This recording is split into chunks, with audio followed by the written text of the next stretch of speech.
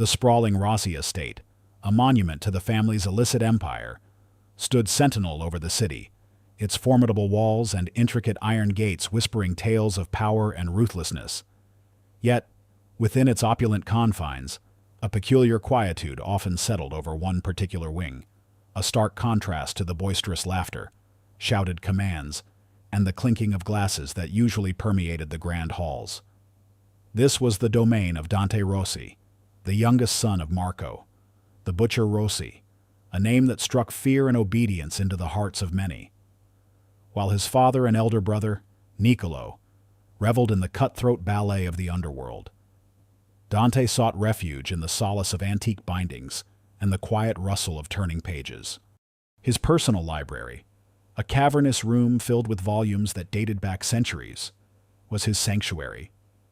Tonight, like many nights, Dante was there, a lamp casting a warm, intimate glow over a worn copy of Marcus Aurelius's Meditations. The world outside the world of his family, of whispered threats and bloody dealings, felt impossibly distant here. He often wondered if he was a ghost haunting his own life, an anachronism in a family defined by its brutal pragmatism. His movements were fluid, almost imperceptible, as he moved from a plush armchair to the large bay window, a delicate teacup steaming in his hand. He wasn't a connoisseur of fine wines or aged whiskeys, preferring the simple, calming ritual of brewing his own herbal teas. From this vantage point, the city lights twinkled like scattered jewels, a tapestry of lives he felt both connected to and utterly separated from. He watched the cars below, tiny insects scuttling across a vast, illuminated map, each one carrying its own story, its own quiet dramas, so unlike the loud, violent narratives that dominated his own. He imagined the quiet dinners, the families gathered around tables, the mundane conversations that held more warmth than any shouted declaration of loyalty he'd ever heard in his own home. Dinner, when it happened, was usually a solitary affair for Dante. While Marco and Niccolo held court in the main dining hall, their voices booming, their hands gesturing with the weight of unspoken threats and fierce allegiances, Dante would often slip into the smaller, more intimate breakfast nook. There, he would prepare a simple meal for himself, perhaps a light pasta dish or a perfectly seared piece of fish, accompanied by fresh vegetables from the estate's sprawling gardens. No heavy sauces, no rich meats, nothing that would weigh him down or remind him of the excess that defined his family's wealth. The clatter of silverware from the other side of the house, the occasional burst of raucous laughter, served only to underscore his isolation, a quiet symphony of his own chosen solitude. He ate slowly, savoring each bite, a mindful act that brought him a strange sense of peace amidst the underlying tension of the house. This deliberate quietness, this preference for gentle flavors and soft sounds, was alien to the Rossi name. It was often remarked upon, usually with a dismissive wave of the hand by Marco, or a snide, half-joking comment from Niccolo about Dante being too delicate for this world. His gentleness wasn't just a matter of preference. It was an innate part of his being, a stark contrast to the hardened facade of the Rossi men. He possessed an almost preternatural ability to empathize, to see beyond the surface of a person's anger or fear, to find the underlying motivations. This made him a terrible enforcer, but a surprisingly effective, albeit unwitting, resolver of minor disputes within the family's vast network. A disgruntled associate threatening to jump ship, a minor feud over territory that escalated beyond typical brawls. These situations, usually met with brute force by Marco or Niccolo, would often, inexplicably, de-escalate or resolve themselves with Dante's accidental, often silent, intervention. He would simply listen, offer a calming word, perhaps suggest a mutually beneficial compromise that seemed so obvious to him but utterly foreign to his family's ingrained philosophy of dominance.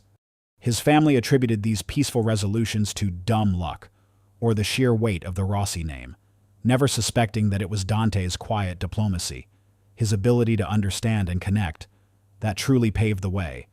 One particularly damp, oppressive evening, the kind that promised a relentless downpour. Dante decided to take a rare, solitary drive. The city lights blurred through the fine mist on his windshield as he navigated the familiar streets, seeking nothing in particular, merely an escape from the suffocating grandeur of the estate. His car, an understated sedan chosen for its reliability rather than its flashiness, was another subtle rebellion against the garish display of wealth preferred by his family. He often wondered if this quiet rebellion was his only form of protest, a silent scream in a world that only understood roars. He found himself inadvertently on the fringes of the Rossi territory, near a district populated by small, independent businesses, places Marco's men usually avoided, deeming them too insignificant for their notice. As he drove past a dimly lit corner store, a flash of movement caught his eye. 3 hulking figures, their silhouettes menacing against the glow of a flickering neon sign, were cornering a trembling elderly man, the store owner, against a brick wall. Even from a distance, Dante could hear the coarse demands, the implicit threat of violence hanging heavy in the humid air. They weren't Rossi men. Their crude tactics and lack of finesse made that clear. These were low-level thugs, shaking down a vulnerable shopkeeper for protection money, a practice Marco generally considered beneath his operation, preferring larger, more lucrative targets. A knot formed in Dante's stomach. He could drive away, easily. It was none of his business, and getting involved could complicate things, drawing unwanted attention. This was the unspoken rule of his world. Ignore the small injustices. Focus on the grander schemes. But as he watched the old man cower, a primal sense of protectiveness, so rarely acknowledged within him, stirred. It wasn't the kind of protectiveness born of brute strength, but of a quiet indignation, a refusal to let blatant cruelty go unchallenged. He pulled his car to the curb, killed the engine, and stepped out into the damp night. The street was deserted. The only sounds were the distant hum of city traffic and the aggressive murmurs from the alley. As he approached, the thugs paused, their eyes narrowing. They were not accustomed to being interrupted. "Problem here." Dante's voice was calm, almost unnervingly so. It held no bluster, no overt threat, just a quiet query that seemed to diffuse the tension rather than escalate it. He wasn't dressed in designer suits or ostentatious jewelry. He looked like any well-dressed young man out for an evening drive, though his posture carried an undeniable, subtle authority. One of the thugs, a burly man with a scarred face, stepped forward. "Mind your own business, pretty boy. This doesn't concern you." His tone was laced with contempt. Dante didn't flinch. His gaze was steady, unwavering. "I think it does. This man," he gestured to the trembling shopkeeper, "is a reputable member of this community. He works hard. He doesn't deserve to be harassed." The thug laughed, a harsh, grating sound. "Reputable, he's late on his payments. That makes him an easy mark." "Payments to whom?" Dante asked, his voice still level, almost conversational. "Certainly not to any organization with a shred of intelligence. Extorting small businesses like this only draws unwanted attention. It's bad for business, for everyone." The thugs exchanged confused glances. This wasn't the reaction they expected. They anticipated either a fight or a panicked retreat. This calm, logical discourse was disarming. Dante pressed on, his words carefully chosen, each one a soft, precise arrow. "Look, I understand the need to make a living, but there are more effective, less messy ways to do it. This kind of heavy-handed approach, it only generates resentment. It makes enemies out of potential allies. It paints a target on your back from those who actually maintain order in this city. And believe me, you don't want their attention." He paused, letting his words sink in. He wasn't explicitly mentioning the Rossi family, but the implication of a larger, more formidable power at play was subtly woven into his calm delivery. He spoke not as a threat, but as a seasoned advisor. someone who understood the intricate, dangerous dance of power in the city. The leader of the thugs, sensing an unspoken warning, shifted uncomfortably. He looked at his companions, then back at Dante, trying to gauge if this pretty boy was bluffing. But Dante's eyes, though gentle, held an unsettling depth, a quiet confidence that belied his unassuming demeanor. He wasn't acting tough. He was simply being calmly authoritative. "Tell you what," Dante continued, reaching into his wallet. He pulled out a wad of cash, more than what the thugs were likely demanding. "Take this, and leave this man alone. Consider it an investment in not drawing the wrong kind of attention, and perhaps an investment in learning a more sustainable business model." He extended the money, not in a confrontational way, but as an offer, a solution. The scarred thug hesitated, then snatched the money. He eyed Dante suspiciously, but a flicker of understanding, perhaps even a grudging respect, crossed his face. This wasn't weakness.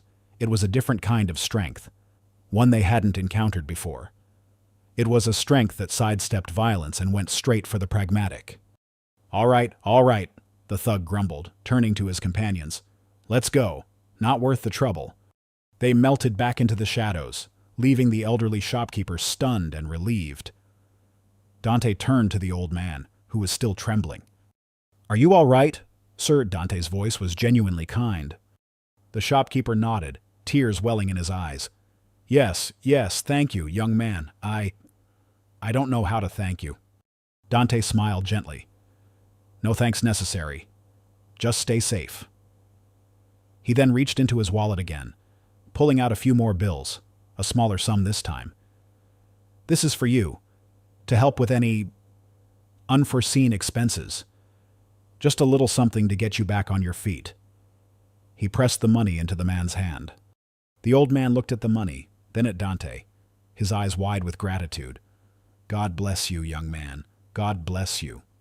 Dante merely nodded, offered a small, reassuring smile, and turned to walk back to his car. He didn't linger, didn't seek further praise. For him, it was simply the right thing to do, a quiet act of defiance against the brutal norms he was born into. The encounter, though brief, left a lingering warmth in his chest, a sense of purpose that he rarely felt within the cold walls of his family home. As he drove back to the estate, the rain finally began to fall, a gentle, rhythmic patter against his windshield. He felt a quiet satisfaction, a rare emotion for him. He hadn't thrown a punch, hadn't uttered a single threat, yet he had achieved his goal. It was a small victory, almost imperceptible in the grand scheme of the city's power struggles. But it was his victory, a testament to a strength that his family, in their relentless pursuit of dominance through force, could never comprehend. Upon his return, the grand foyer of the Rossi estate was unusually quiet. Marco Rossi, a formidable man even in repose, sat alone in his favorite leather armchair in the vast living room, a half-empty glass of amber liquid in his hand. The scent of expensive cigars and aged whiskey hung heavy in the air. He was a man carved from stone, his face etched with years of calculated decisions and ruthless enforcement. His eyes, sharp and calculating, fixed on Dante as he entered. "Late night. Dante." Marco's voice was a low rumble, laced with an unspoken accusation. "Just a drive. Father," Dante replied, his voice calm, betraying no hint of his recent encounter. He knew better than to reveal such an incident. His father would see it as a foolish risk, a sign of weakness. Marco took a slow sip of his drink, his gaze never leaving Dante. Still reading those dusty books, still dreaming of a world without edges, without teeth. His tone was laced with a familiar contempt, a disappointment that had been a constant companion in Dante's life. "You're too gentle, Dante. Too soft. You don't have what it takes to survive in this world, let alone lead this family." The words were a familiar sting, a reminder of the chasm that separated them. Dante didn't react, his face a mask of calm. He had heard it all before. Too gentle, too soft, too kind. It was the mantra of his existence within the Rossi family, a constant reiteration of his perceived inadequacy. Marco didn't just disapprove, he actively scorned Dante's nature, seeing it as a fundamental flaw, a dangerous vulnerability. He saw Niccolo, his elder son, as the epitome of what a Rossi should be: ruthless, decisive, unburdened by empathy. "Niccolo, he has the fire," Marco continued, almost to himself, his voice tinged with a paternal pride that Dante had never experienced. "He understands what needs to be done. He understands power." Dante simply nodded, offering no rebuttal. What was there to say? To argue would be futile. To explain his own quiet victories would be met with derision or, worse, a patronizing dismissal. He had long ago accepted that his father would never truly see him, never understand the silent strength that simmered beneath his calm exterior. He retreated to his library, leaving Marco alone with his thoughts and his glass, the unspoken chasm between them wider than ever. He closed the heavy oak door behind him, the familiar scent of old paper and leather enveloping him, a comforting embrace after the cold judgment of his father's words. He picked up his book, but his mind lingered on Marco's words. "You're too gentle, too soft." A quiet defiance flickered within him. Perhaps, too, that gentleness held a power his father, in all his brutal wisdom, could never fathom. A tiny seed of rebellion, of self-belief, had been planted, nurtured by the silent act of kindness he had just performed. The family didn't know it, but the very traits they mocked were the ones that would one day save them. The fragile peace that Dante had so carefully cultivated within his own isolated world shattered with the violence of a gunshot. The news reached the Rossi estate like a seismic shockwave, reverberating through its stone walls and chilling its inhabitants to the bone. Niccolo Rossi, Marco's elder son, the favored heir, the embodiment of everything the Rossi name stood for, was dead, ambushed, slain with a brutal efficiency that spoke of long-held grudges and merciless intent. The details were sparse but chilling. Niccolo had been leaving a late-night meeting at one of the family's legitimate fronts, an import-export business that served as a thinly veiled cover for far less scrupulous dealings. He was alone, a rare lapse in his usual meticulous security. A dark sedan, unidentifiable, had pulled alongside his car. Shots had rung out, precise and deadly. By the time Niccolo's bewildered driver could react, it was too late. He was gone, leaving behind a bloody testament to the escalating tensions in the city's underworld. The immediate whispers, the raw, guttural cries for vengeance, all pointed to one name: the Morettis. The Morettis, a rival crime family whose territory bordered the Rossis, had been locked in a simmering Cold War with Marco for decades. Their methods were similar, their ambitions identical, and their mutual animosity legendary. This was no mere skirmish. This was a declaration of all-out war. Dante heard the news from Salvatore, Marco's oldest and most trusted consigliere. Sal, a man whose face was a roadmap of the family's history, his eyes holding the wisdom of generations of bloodshed, delivered the grim tidings with a somber gravity. Even he, accustomed to violence, seemed deeply shaken. Dante felt a cold knot form in his stomach. Niccolo, for all his brutal edges and often dismissive attitude towards Dante, was still his brother. They shared blood, a history, a name. The news was a profound personal loss, a severing of the already tenuous ties to his family's core. He remembered Niccolo's boisterous laughter, his unyielding certainty, even his patronizing remarks. Now, all of it was silence. But beyond the personal grief, a deeper dread began to set in. Dante knew, with a chilling certainty, what this meant. Marco would not let this stand. His father, a man who built his empire on fear and retaliation, would demand blood for blood. This wasn't just about Niccolo. It was about the Rossi name, its honor, its perceived weakness in the face of such an audacious attack. A war, full-scale and devastating, was inevitable. He saw the transformation in his father immediately.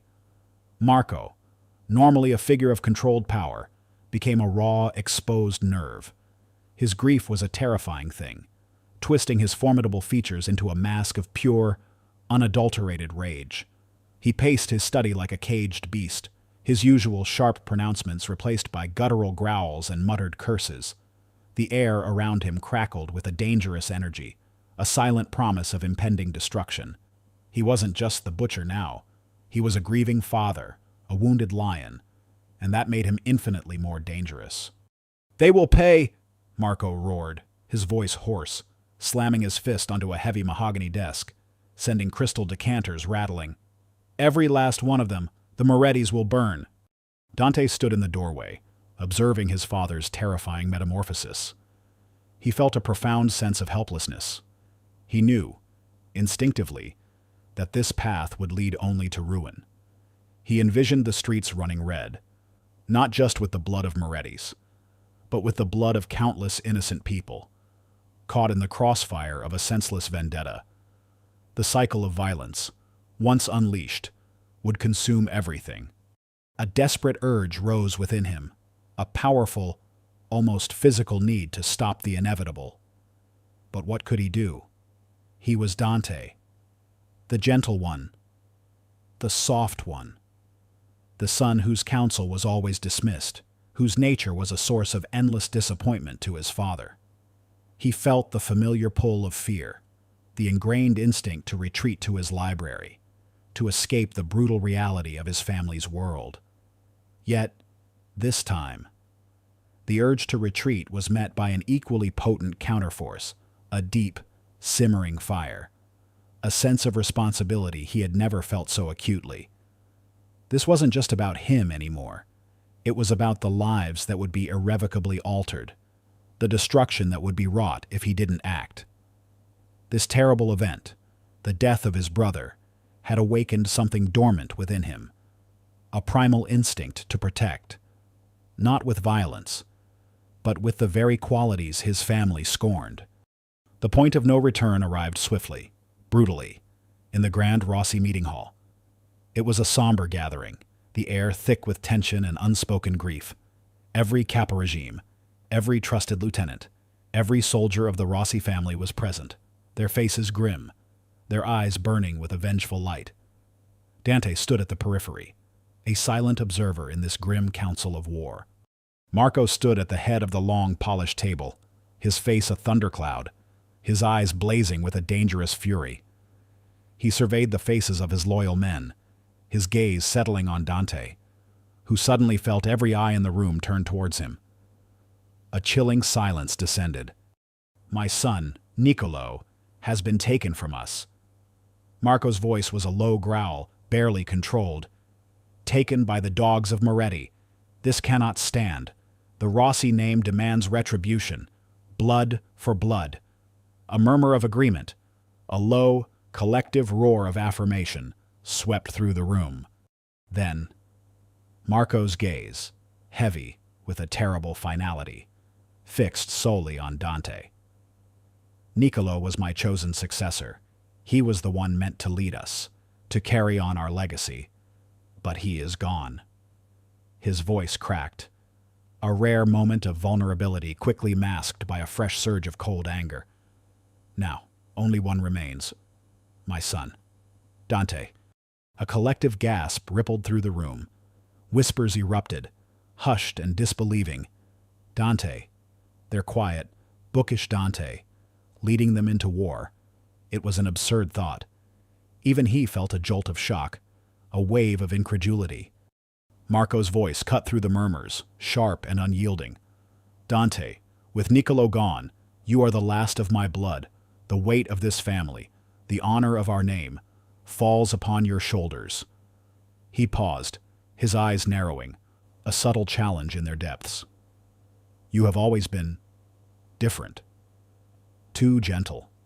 Some say, too soft. But now, you will prove them wrong. You will lead this family. You will lead us to war against the Morettis. Or you will prove every one of those whispers true, and watch this family crumble to dust." His words were a gauntlet thrown, a public humiliation masked as a desperate decree. He wasn't just giving Dante a command, he was issuing an ultimatum, stripping him of any illusion of choice, forcing him to confront his destiny in the most brutal way possible. The eyes of every man in the room bored into Dante, a mixture of skepticism, pity, and a morbid curiosity. They expected him to falter, to protest, to retreat. Dante felt the pressure, a suffocating weight. His heart pounded against his ribs, a frantic drumbeat of fear. He saw the doubt in the eyes of the capos, the open contempt on the face of some younger, more aggressive soldiers who had idolized Niccolo. He wanted to scream, to run, to bury himself in his books and pretend this nightmare wasn't real. But then, a quiet resolve, born of that earlier small act of kindness on the street, began to solidify within him. He looked at his father, at the raw grief and desperate anger etched on his face, at the men who looked to them for direction, for survival. He thought of the endless cycle of violence, the blood that would inevitably flow if he allowed this war to proceed unchecked. He thought of the innocent shopkeeper, the fear in his eyes, and a profound realization dawned on him. He couldn't run. He couldn't hide. This was his family, flawed and brutal though they were.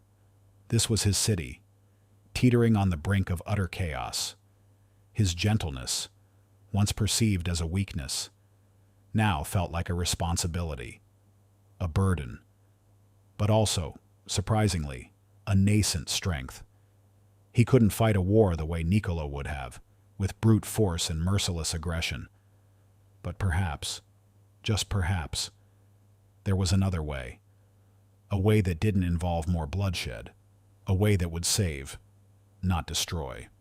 He straightened his shoulders, his posture subtly shifting from passive observer to active participant. His gaze, once downcast, met his father's, then swept across the room, meeting the eyes of every man present. There was no fire in his eyes, no rage, but a quiet, unwavering resolve that surprised even Marco. "I accept," Dante said, his voice clear, steady, cutting through the heavy silence. "I will lead this family. I will deal with the Morettis." A collective murmur, a mixture of surprise and disbelief, rippled through the room again. Marco stared at his son, a flicker of something unreadable in his eyes, shock, a reluctant approval, before his usual stony expression returned. Dante knew, in that moment, that his life had irrevocably changed. The quiet reader, the gentle soul, was gone. In his place stood a man on the precipice of a dangerous journey, forced to confront the brutal realities of his world, armed only with a mind that thought differently, a heart that beat to a different rhythm, and a spirit that refused to bow to violence. The point of no return had been crossed. The battle lines were drawn, and Dante, the gentle son, was now at their head, about to unleash a strategy no one, least of all his own family, would ever expect. His inherent softness, once his greatest perceived flaw, was now his only weapon. He felt a deep surge of fear, but beneath it, a strange, quiet certainty. He would either fail spectacularly, taking his family down with him, or he would forge a new path, one paved not with blood, but with diplomacy and understanding. The dice were cast. The initial confrontation came not with the expected roar of gunfire, but with the quiet, insistent hum of a telephone. Marco, still consumed by grief and a thirst for vengeance, had immediately ordered Dante to prepare for a swift, brutal retaliation. He outlined a plan that involved raids on Moretti strongholds, targeted assassinations, and a full-scale assault on their most profitable rackets. He expected Dante to nod, to accept the blueprint for destruction. But Dante, standing before his father, the raw fury emanating from Marco almost palpable, spoke instead of subtlety, of information, of leverage. "Father," Dante began, his voice calm, cutting through the tempest of Marco's rage. A direct assault will be costly. We will lose men, resources, and draw the attention of every law enforcement agency in the region. There is another way to strike a blow, one that will cripple them without a single drop of Rossi bloodshed, at least for now. Marco's eyes narrowed, a dangerous glint in their depths. What foolishness are you speaking, Dante? You want to send them flowers. We are Rossi, not diplomats. No, father, we are intelligent. We are strategic. Dante held his ground. Before we engage in a war of attrition, let us understand their vulnerabilities. Let us strike where they are weakest, where they feel it most their pockets. He proposed a daring, unconventional approach. Instead of a frontal assault, Dante suggested a surgical strike on the Moretti's supply lines, specifically their vast network of illicit goods flowing through the city's docks. He had, through his quiet observations and seemingly innocent conversations with various minor associates and even casual acquaintances, people Marco and Niccolo would never have deigned to speak with picked-up fragmented whispers. Subtle clues about a new, highly lucrative, and incredibly vulnerable supply route the Morettis were using. He had also, unbeknownst to his family, nurtured relationships with various dock workers, small-time brokers, and even discreet informants within the shipping industry, individuals who saw him not as a terrifying mob scion, but as a fair-minded, intelligent young man. His gentleness, his willingness to listen and treat everyone with respect, had built him a hidden network of trust. Marco scoffed. You think you can dismantle their operation with whispers? Dante, this is a war, not a parlor game. Information is power, father, more potent than any bullet when wielded correctly. Dante's gaze was steady. Give me 24 hours. I will show you. If I fail, then you may unleash Niccolo's fury. Marco considered him for a long moment, his face a battleground of skepticism and a desperate, almost pathetic hope. He had lost his heir. Perhaps, just perhaps, this odd son of his could pull something out of the fire. 24 hours, he finally conceded, his voice grudging. No bloodshed, no mistakes. If you fail, Dante, then you will learn what it truly means to be a Rossi, the hard way. Dante knew this was his only chance. He immediately sought out Salvatore, his father's trusted consigliere. Sal, a man of few words but immense wisdom, had always been a quiet observer, his eyes missing nothing. He had seen the small acts of kindness Dante performed, the subtle ways he diffused tensions, the quiet intelligence that burned behind his gentle demeanor. Sal represented the helper archetype, the first to truly see Dante's potential beyond his family's harsh judgments. Dante laid out his plan to Sal a series of carefully orchestrated phone calls, a few discreet meetings, and the strategic dissemination of misinformation. He wouldn't directly confront the Morettis.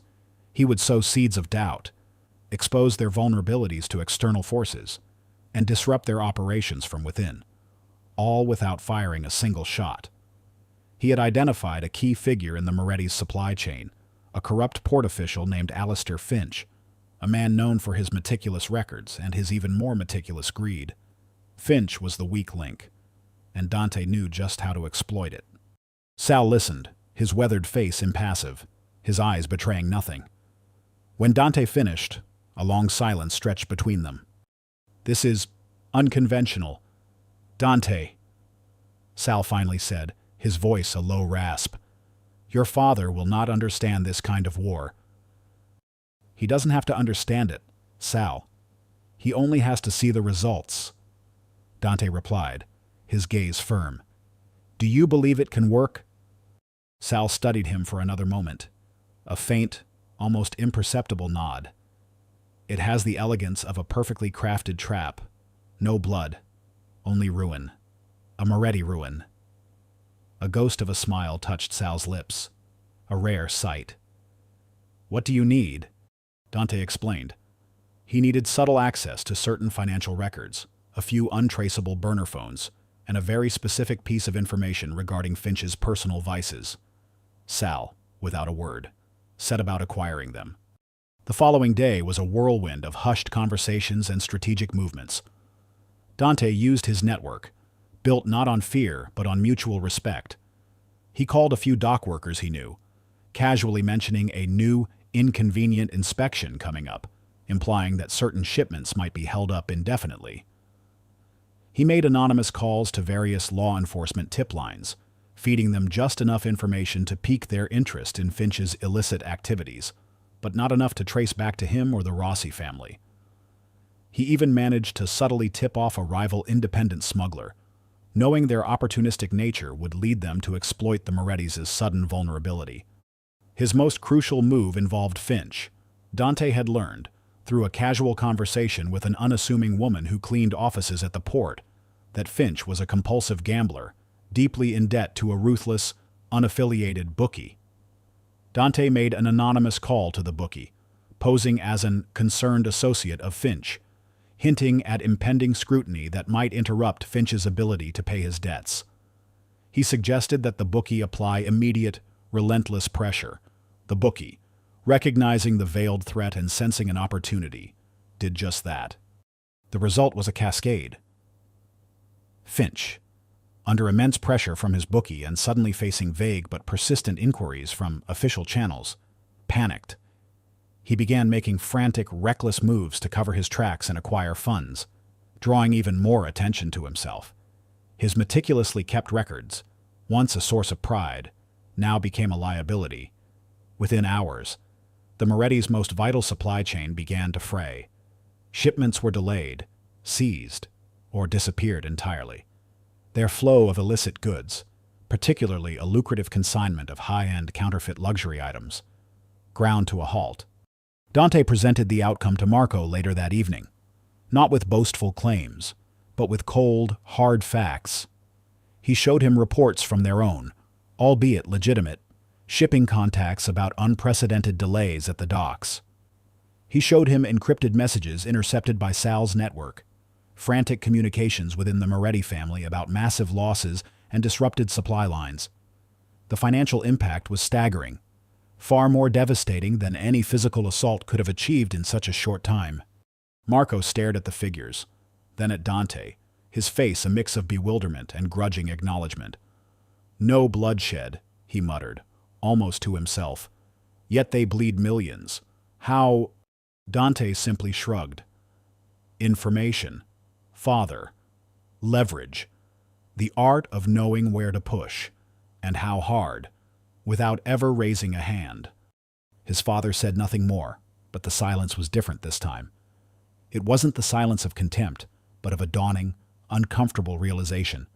Meanwhile, Don Vincenzo, the Viper Moretti, was livid. The losses were mounting, and quickly. He paced his own opulent office, a stark contrast to Marco's old-world study.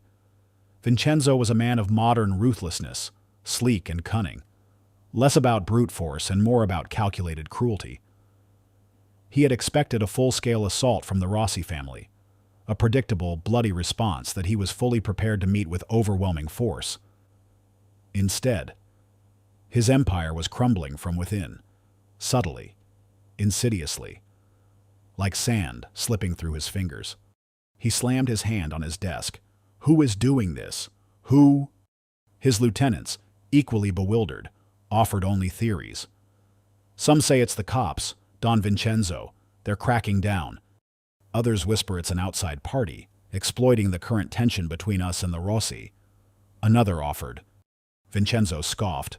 The police are always cracking down. They don't move with such surgical precision. And an outside party. Why now?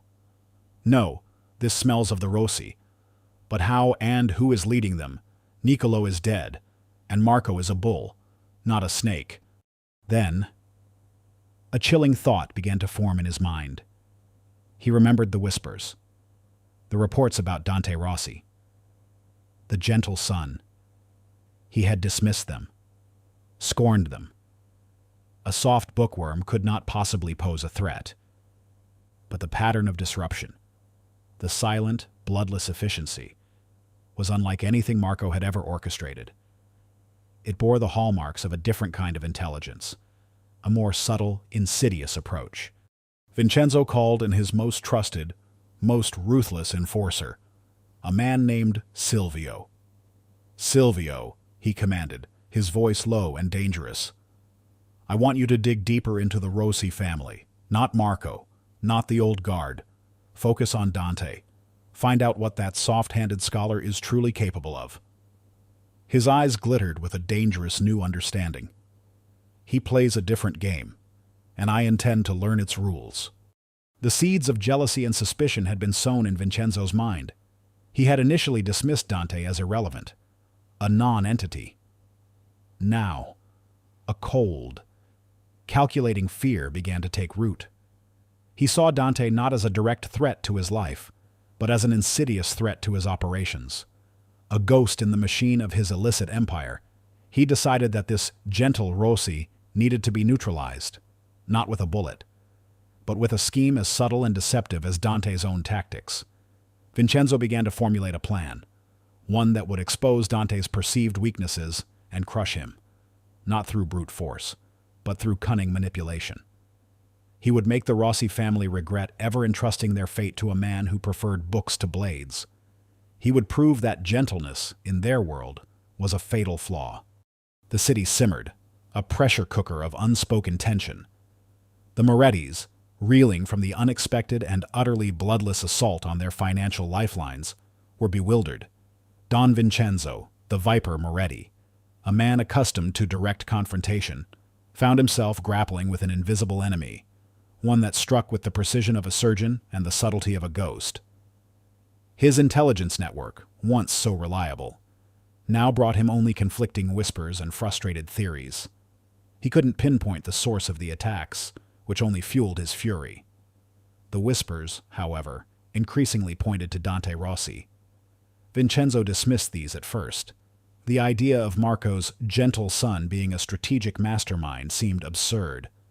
Yet, the method of attack, the systematic dismantling of his operations without a single shot fired, resonated disturbingly with the few dismissive reports he had received about Dante's quiet nature. Vincenzo, a cunning serpent in the murky waters of the underworld, understood that direct violence might not be enough. He needed to expose Dante's perceived weakness, to humiliate him publicly, to demonstrate that the gentle approach had no place in their brutal world. He concocted a plan, a twisted variation of an old, time-honored tradition, a peace conference.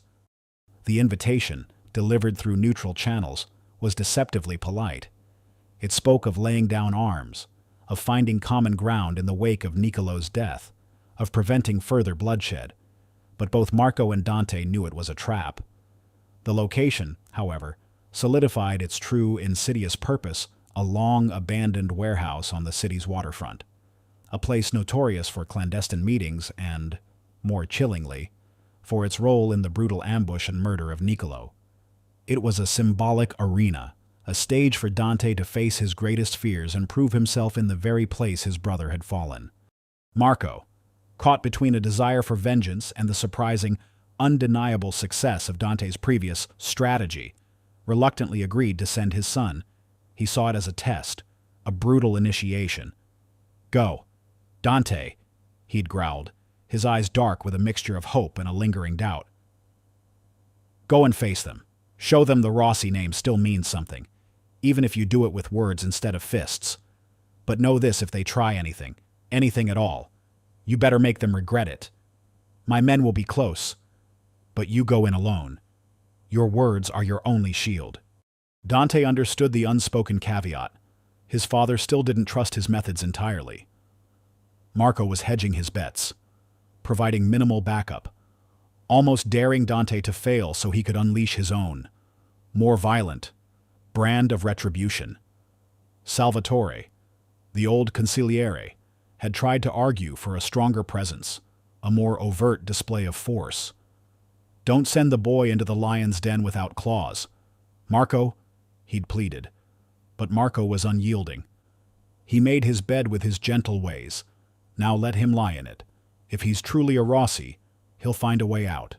So, Dante prepared to face the Morettis, almost entirely alone. His few loyal bodyguards, handpicked by Sal, were instructed to remain out of sight, a distant, silent perimeter. He entered the warehouse alone, the cavernous space echoing with his footsteps. The air heavy with dust and the lingering scent of decay. The very ground seemed to vibrate with the memory of violence. He could almost hear Nicolo's final cries, the frantic shouts of his driver. It was a suffocating feeling, a cold dread that threatened to paralyze him. This was the ultimate test, not just of his intellect, but of his courage. Inside, the Morettis were waiting. Don Vincenzo sat at a long, makeshift table fashioned from old crates, surrounded by his most ruthless enforcers. Silvio, Vincenzo's brutal right-hand man, stood impassively behind his boss, his eyes sharp and predatory. The room was dimly lit, casting long, menacing shadows. Every face was hard, unsmiling, filled with an open contempt for the gentle Rossi son. They saw him as a symbol of weakness, an insult to the brutal traditions of their world. Vincenzo watched Dante approach, a sneer twisting his lips. Well, if it isn't the soft-handed scholar himself, come to teach us poetry. Dante. His voice was dripping with sarcasm, designed to provoke, to belittle. I expected Marco to send a real man, someone with a spine, but it seems he's scraping the bottom of the barrel. Dante didn't react to the provocation. He simply pulled out a chair and sat down opposite Vincenzo. His posture relaxed, almost unnervingly calm. His gaze met Vincenzo's, steady and unblinking. Don Vincenzo, he said, his voice even, devoid of emotion. I am here because blood has been shed. My brother is dead, and I am here to ensure no more blood needs to be spilled. For both our families. Vincenzo roared with laughter, a harsh, derisive sound that echoed through the warehouse. His men joined in, a chorus of mocking jeers. No more blood. You think we're here for a tea party? Boy, your brother was a lesson in what happens when you cross the Morettis. Dante let their laughter subside.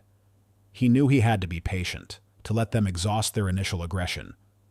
And what lesson has your family learned, Don Vincenzo, that you can inflict financial pain without ever laying a hand on us?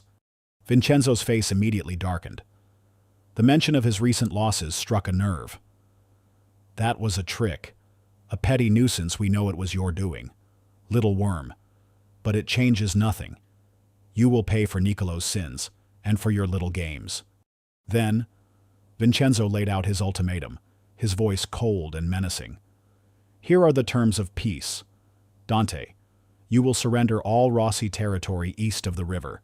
You will hand over 20% of all your family's legitimate businesses, and you will publicly admit that the Rossi family is no longer a force to be reckoned with. Do this within 24 hours, or we will unleash a war that will wipe your pathetic family from the map. Every man, woman, and child. He leaned forward, his eyes burning with malice. Consider this your last sunrise. Lamb, you're lost in a den of wolves. The words hung in the air, a death sentence. The Moretti enforcers shifted, their hands instinctively moving towards the concealed weapons beneath their jackets. The pressure in the room was palpable, a suffocating blanket of menace. Dante felt a cold sweat break out on his forehead, but he kept his face impassive. He looked at the faces around the table, the gleeful anticipation in their eyes, the certainty of his downfall reflected in every sneer. He was truly alone, facing an entire pack of wolves ready to tear him apart.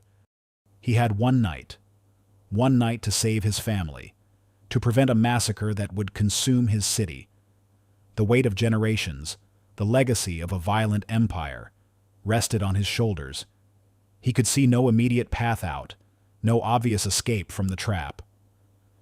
But he also knew that retreat was not an option. He had made a promise to his father, a silent vow to himself. His gentleness, his intellect, would have to be enough.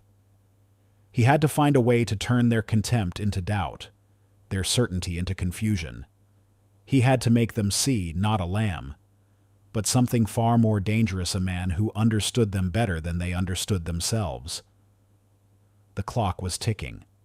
The air in the warehouse crackled with an almost unbearable tension, Don Vincenzo Moretti, smug and self-assured, watched Dante with a triumphant smirk, convinced he had cornered the gentle Rossi. His men, a phalanx of hardened enforcers, mirrored his confidence, their gazes a mixture of contempt and anticipation, ready to spring into action at the slightest provocation. The 24-hour ultimatum hung heavy, a ticking time bomb. Dante, seemingly unarmed and alone, was expected to break, to beg, or to unleash a futile, desperate act of violence. But Dante did none of those things. He took a slow, deliberate breath, letting the silence stretch, allowing the weight of the moment to settle. His heart hammered in his chest, a frantic drum against his ribs, but his external demeanor remained unruffled.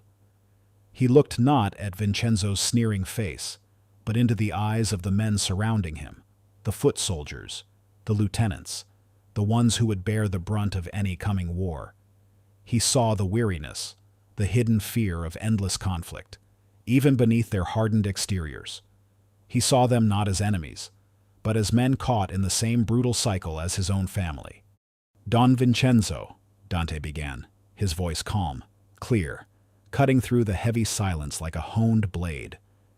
He spoke not with the bombast of a mob boss, but with the quiet conviction of a scholar presenting undeniable facts. "Your terms are clear. Surrender, or war." He paused, letting the words hang.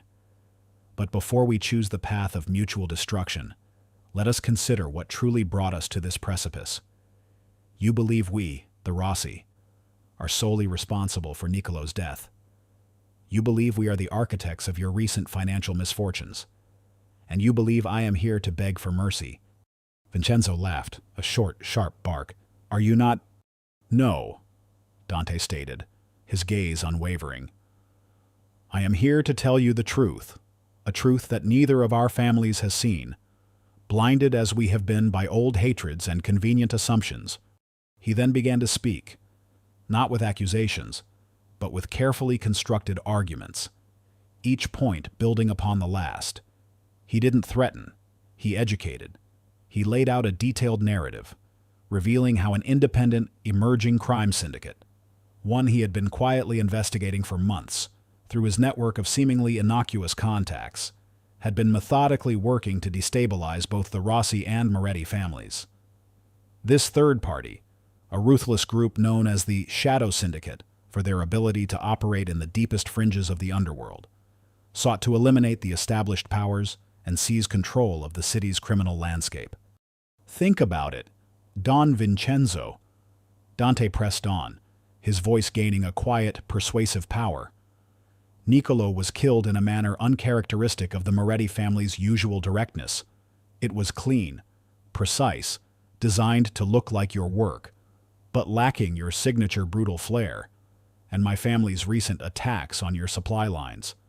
Do you truly believe Marco, a man of blunt force, would orchestrate such a subtle, bloodless disruption? Or does it seem more likely that someone else, with a deeper understanding of finance and logistics, observed your vulnerabilities and exploited them, knowing it would provoke a war between us, weakening both our houses?" Vincenzo's confident sneer wavered. He looked at Silvio, then back at Dante, a flicker of doubt in his eyes. The financial attacks had been perplexing. "I can prove it," Dante continued, his voice calm, yet resonating with an undeniable authority. He reached into his inner jacket pocket, pulling out a small, encrypted data stick. "This contains irrefutable evidence. Financial records from shell corporations linked to the Shadow Syndicate, showing payments made to individuals within both our organizations. Detailed manifests of goods diverted from your shipments, later found in their warehouses. And most importantly," he paused, his gaze sweeping over the Moretti enforcers, "audio recordings." A ripple of unease spread through the Moretti ranks. Audio recordings.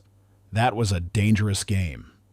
"These recordings," Dante explained, his voice low and steady, "capture conversations between members of the Shadow Syndicate and individuals who conspired to set up Niccolo's assassination. Individuals within your ranks. Don Vincenzo, who, believing our families would destroy each other, planned to carve up the spoils with their new masters. A gasp went through the room. Silvio, who had been impassive until now, stiffened, his hand unconsciously dropping to the pistol at his hip. Vincenzo's face was a mask of shock, then growing fury. Betrayal from within was the most heinous crime in their world. "This is a trick," Vincenzo roared, his voice trembling with a nascent rage. "You lie, you fabricate evidence." He gestured to his men. "Kill him now." The Moretti enforcers surged forward, weapons drawn, their faces contorted with murderous intent. This was it, the moment of truth. Dante was surrounded, the cold barrels of pistols aimed at his head. He closed his eyes for a split second, bracing for the inevitable. The warehouse suddenly felt impossibly small, the air thick with menace. From his hidden vantage point outside, Marco, listening through Sal's expertly placed bug, gripped his own pistol. "They're moving," he barked, ready to send in his men. Damn the consequences. But Sal placed a hand on his arm, a surprisingly strong grip. "Wait, Marco. Just a moment. Let him finish. He has a plan." Inside, Dante stood firm. Just as the first Moretti enforcer reached him, Dante activated the data stick. A small, almost imperceptible click. And then, a voice filled the cavernous warehouse, amplified through a tiny, high-tech speaker concealed in the data stick. It was a familiar voice to many in the room, a voice that was calm, authoritative, and utterly chilling. "The Rossi and Moretti will bleed each other dry," the voice said, cold and clinical. "By the time they realize what's happening, we'll be picking over the bones. Niccolo's death will be the spark, and Rossi's soft son will be the fool who walks into the inferno, paving the way for us." The voice continued, discussing details of Niccolo's assassination, precise movements, financial transactions, and then the final, horrifying confirmation. "And then we frame the Morettis. Make sure Don Vincenzo's hothead blames Marco. Let them destroy themselves."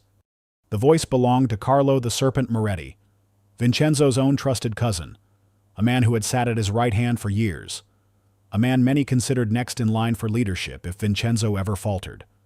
The revelation was a hammer blow. The Moretti enforcers froze, their weapons still aimed at Dante, but their eyes wide with dawning horror and disbelief. Carlo, who had been standing beside Vincenzo, his face a mask of casual observation, now turned ashen. He tried to stammer out a denial, but his own recorded voice, clear and damning, echoed through the warehouse. Vincenzo Moretti himself stared at Carlo, his face transforming from fury to abject shock, then to a terrifying silent rage.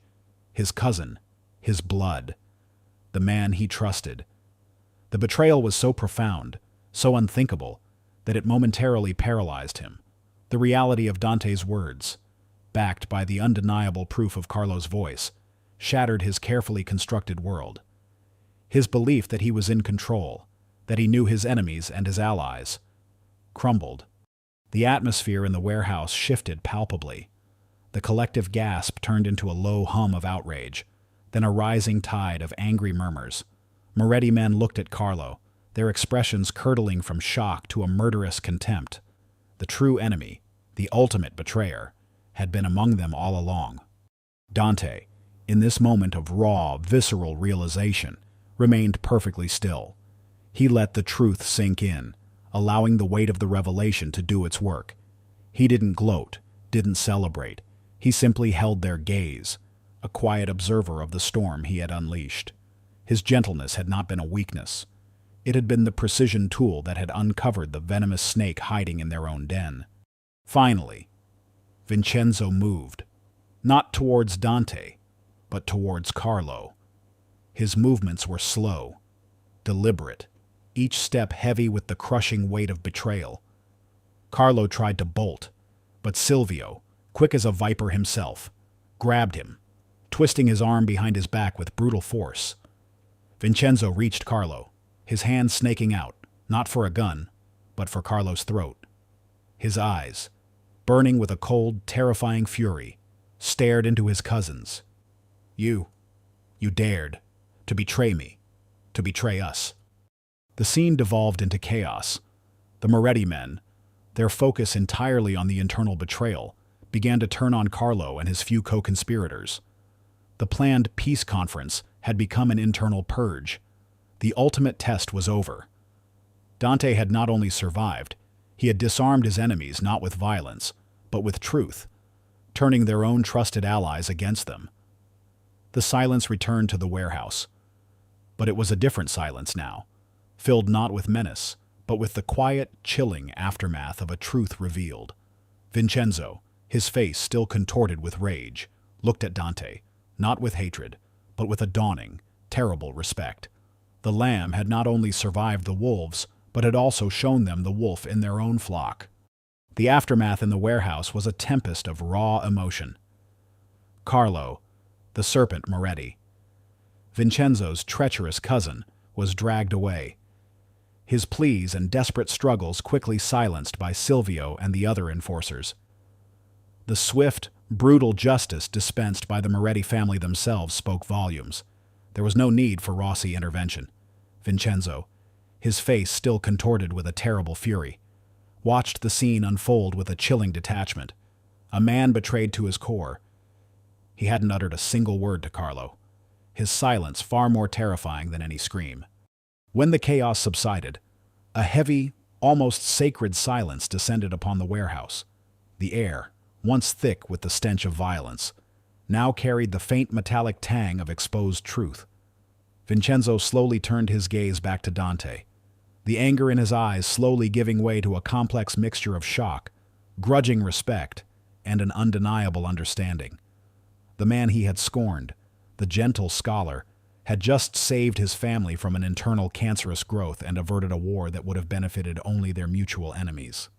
"You," Vincenzo finally said, his voice hoarse, a stark contrast to his earlier booming threats. "You saw this, you knew this while I was blind." He shook his head, a gesture of profound humiliation. "My own blood, my own cousin." He paused, taking a deep, shuddering breath. "The evidence. It's real." Dante nodded, his expression solemn. "It is. The Shadow Syndicate has been weaving this web for months, preying on our family's long-standing feuds. They sought to weaken us both, to step in and claim the spoils." He paused, his gaze softening slightly. "Niccolo's death was a tragedy, Don Vincenzo, but it was not entirely your doing. He was a pawn in a larger game, as were we all." Vincenzo stared at him, truly seeing him for the first time. The arrogance was gone, replaced by a raw, naked vulnerability. He had been a predator his whole life, relying on intimidation and brute force. Dante, with his quiet intellect and unwavering calm, had disarmed him, not through violence, but through pure, undeniable truth. It was a power Vincenzo had never encountered, and one he was forced to reckon with. "A truce!" Vincenzo rasped, extending a hand to Dante, a gesture that spoke volumes in their world. "A true cessation of hostilities, no more bloodshed between our families. For Niccolo, for the truth you have brought to light." Dante met his gaze and shook his hand, the grip firm and sincere. "For peace," he affirmed. The immediate fallout was swift and decisive. The Morettis, with Carlo's treachery exposed, turned their collective fury towards the Shadow Syndicate. Vincenzo, humbled by the betrayal and recognizing the strategic genius of Dante's methods, began to deal with them in a manner more akin to Dante's approach, dismantling their networks, severing their financial ties, and isolating them without the need for large-scale, retaliatory massacres. The city, which had braced for a bloody gang war, instead witnessed a quiet, systematic purge of a new, insidious threat. Back at the Rossi estate, Marco had been listening to the unfolding drama through the discreet comms set up by Sal. As Carlo's confession echoed through the speakers, a profound shift occurred within the old Don. His face, initially etched with fury, slowly transformed into a mask of stunned disbelief, then a dawning, terrible shame.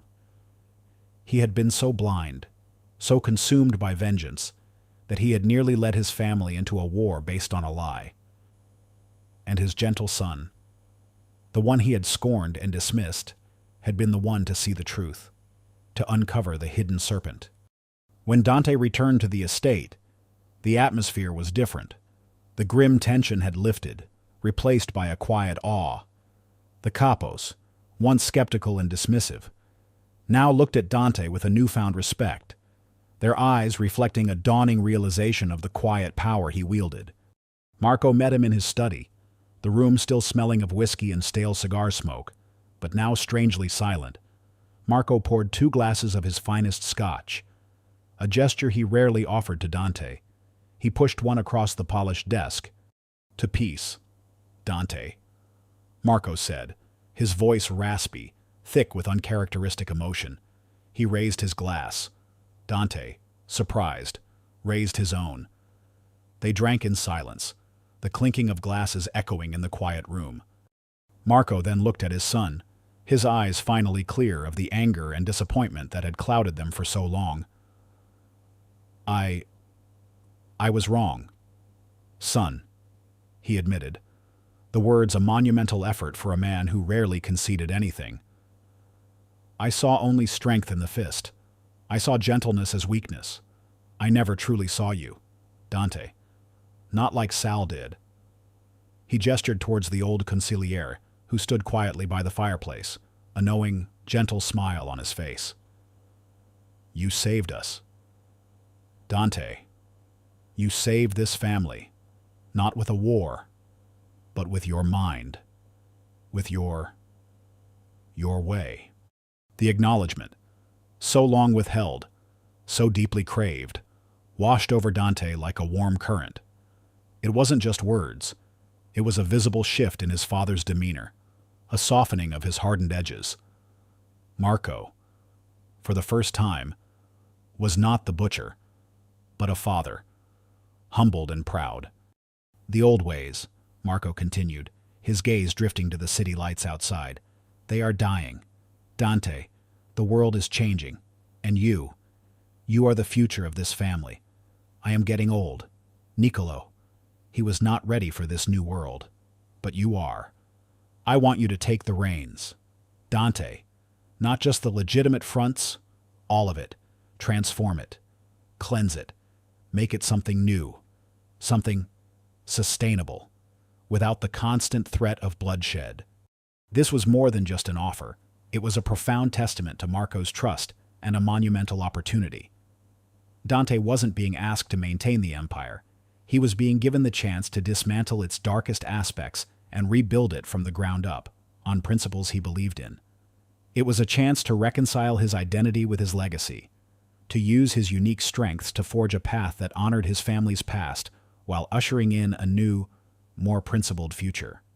Dante looked at his father, then at Sal, who offered a subtle, encouraging nod. He had always wanted to make a difference, to find a way to use his abilities for good, not for violence. Now, the path was opening before him, daunting yet exhilarating. "I will, Father," Dante replied, his voice firm with renewed purpose. "I will make the Rosie name stand for something more, something enduring." A meaningful silence stretched between them, a silent pact sealed not with blood, but with mutual respect and a dawning understanding.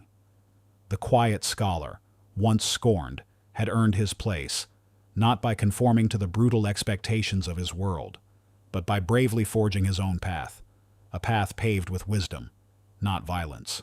5 years later, the sprawling Rossi estate, once a grim fortress of illicit power, had transformed. The air no longer hummed with the undercurrent of tension and whispered threats. Instead, it resonated with the purposeful buzz of legitimate business. The grand halls, once echoing with the raucous celebrations of capos, now hosted quiet, sophisticated negotiations for multinational deals. Marco Rossi, the butcher, was now a grandfather content to observe from the sidelines. His sharp eyes softened by age and a quiet pride in his son's accomplishments.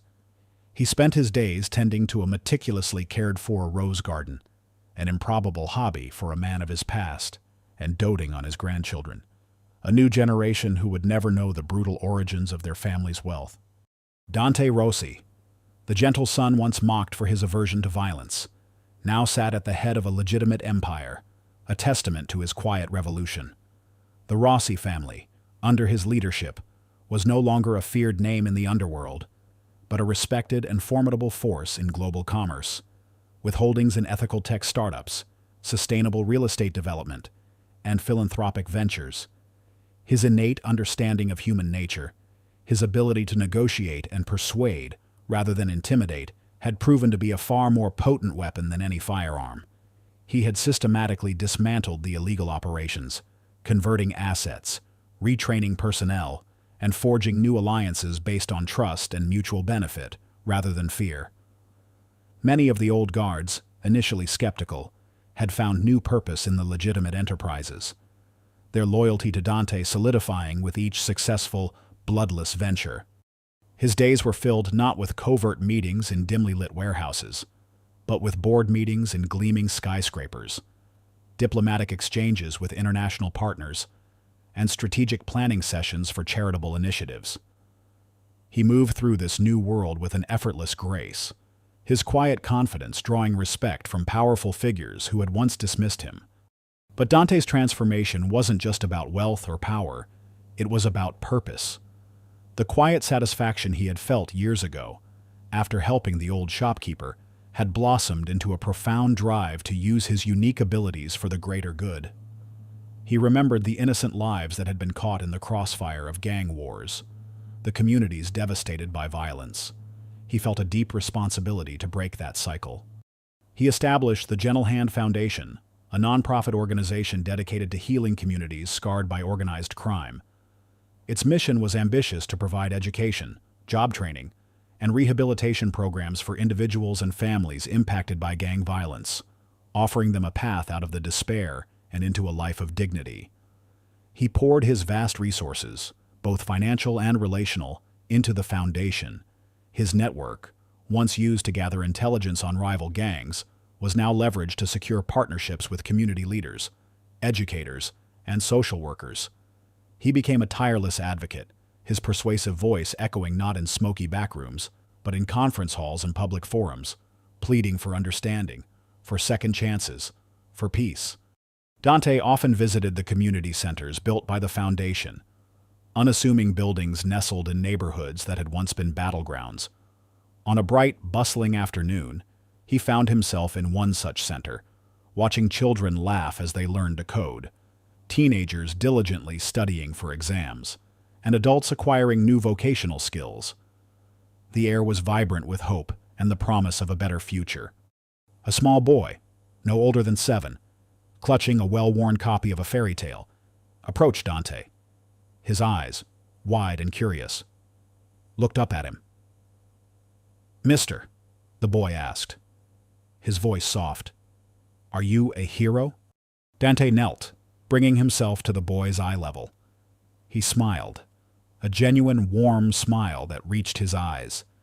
He saw in the boy's face not just innocence, but also the vulnerability that he had sworn to protect. He remembered his own childhood, how the shadow of violence had loomed constantly. This boy, and countless others like him, now had a chance at a different life, one free from that shadow. He glanced towards the large window, where through the clear glass, a small, vibrant sapling had been planted just outside the community center. Its leaves, a brilliant green, unfurled towards the sun, reaching upwards with a quiet determination. It was a tree that had grown from a seed, meticulously nurtured, much like the peace Dante had cultivated in this city. It was a symbol of new beginnings, of resilience, of the gentle strength that could overcome even the harshest conditions. "I'm not a hero's son," Dante replied softly, his gaze returning to the boy. He thought of his journey, from the mocked gentle son to the architect of peace. He thought of the constant struggle to prove that kindness was not weakness, that understanding could be more powerful than force. I'm just a man who believes that the seed of gentleness, when truly nurtured, can blossom into a forest of peace, and that every one of us has the power to plant those seeds. The boy looked at the sapling outside, then back at Dante, a spark of understanding in his innocent eyes. He seemed to grasp the profound simplicity of Dante's words. He clutched his fairy tale book tighter, a silent promise forming in his young mind. Dante stood, a profound sense of fulfillment settling over him. The city, once defined by its brutal underworld, was now slowly but surely transforming. One act of kindness, one opportunity, one planted seed at a time. The legacy of the Rossi family had been rewritten, not in blood, but in hope, compassion, and the quiet, enduring power of a gentle hand. If this story stirred your heart, if it reminds you that courage can alter destinies, and that light always finds a path even in the deepest darkness, please leave a comment. Share this story with those who need inspiration. Like, subscribe, and hit the bell to never miss our upcoming stories.